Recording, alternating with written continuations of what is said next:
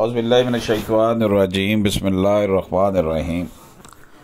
नाज़रीन इकराम, भारतीय supreme court ने साबिक़ वज़ीर आज़म राजीव गांधी कत्ल के तमाम 6 मुजरमों को रिहा करने का हुक्म दे दिया।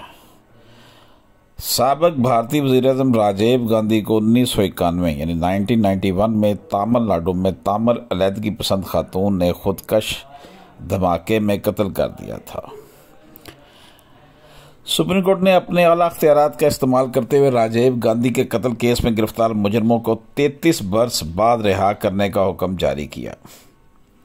नाज़रीन इकराम, भारतीय अदालत ने मई में राजीव गांधी कत्ल के मुजरम पेरारोलन की रिहाई का हुक्म दिया था, जबकि तमिलनाडु हुकूमत ने भी राजीव गांधी कत्ल केस में सजा याफ्ता मुजरमों की रिहाई की सिफारिश की थी।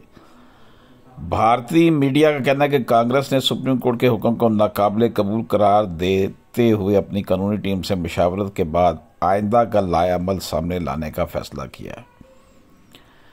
नाज़रीन इकराम, साबिक़ भारतीय वज़ीर आज़म राजीव गांधी को 1991 में तमिलनाडु में अलैदगी पसंद खातून ने खुदकश धमाके में कत्ल कर दिया था।